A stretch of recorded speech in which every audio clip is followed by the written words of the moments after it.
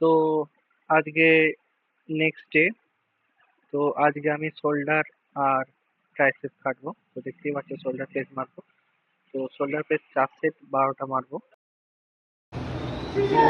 পরের সেট মারবো light ল্যাফলার rise মারবো।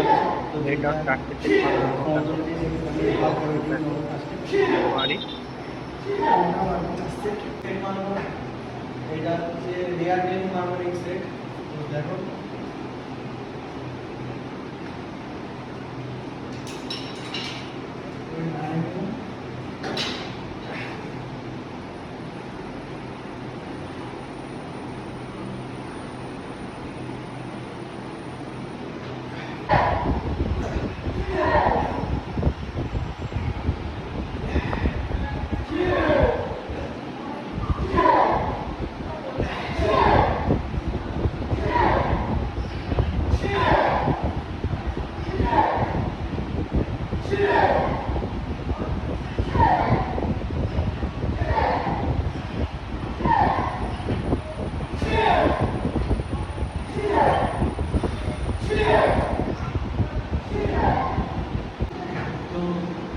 नेक्स्ट एंड लास्ट सेट मारो ट्राइसेप डिप्स बेंच।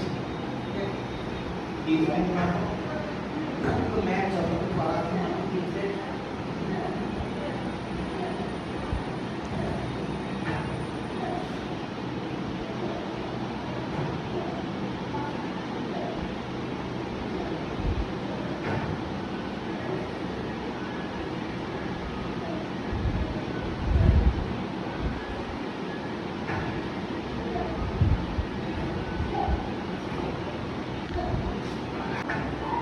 তো আমার মতন অনেকেই আছে যারা ন্যাচারাল জিম করে নিজের শখটা পূরণ করার জন্য। তো তাদেরকে দেখবে বেসিক্যালি আমার সঙ্গে অনেকে হয়েছে যে পাড়ার অনেকেই আছে তারা যে বলবে যে এত বছর জিম করছিস তোর বডি ইমপ্রুভ হয় না কেন, কিচ্ছু হয় না কেন। তো দেখবে যারাই বলে তারা দেখবে কোনোদিন জীবনে জিমে পা রাখেনি। ঠিক আছে, এবার ফিল্ম স্টারদের মতন লিন বডি মাসেল তৈরি করতে গেলে যে ডায়েটটা, সেই ডায়েটের অ্যাফোর্ড করার মতন ক্ষমতা আমাদের থাকেনি। তো আমরা ন্যাচারালি ঘরের ভাত ডাল খেয়ে যতটা হয় নিজেকে সুস্থ রাখার জন্য। তো আমি নিজেও চাই না যে কোনো স্টেরয়েড নিয়ে ভালো বডি বানাবো, অসুস্থ হয়ে থাকবো।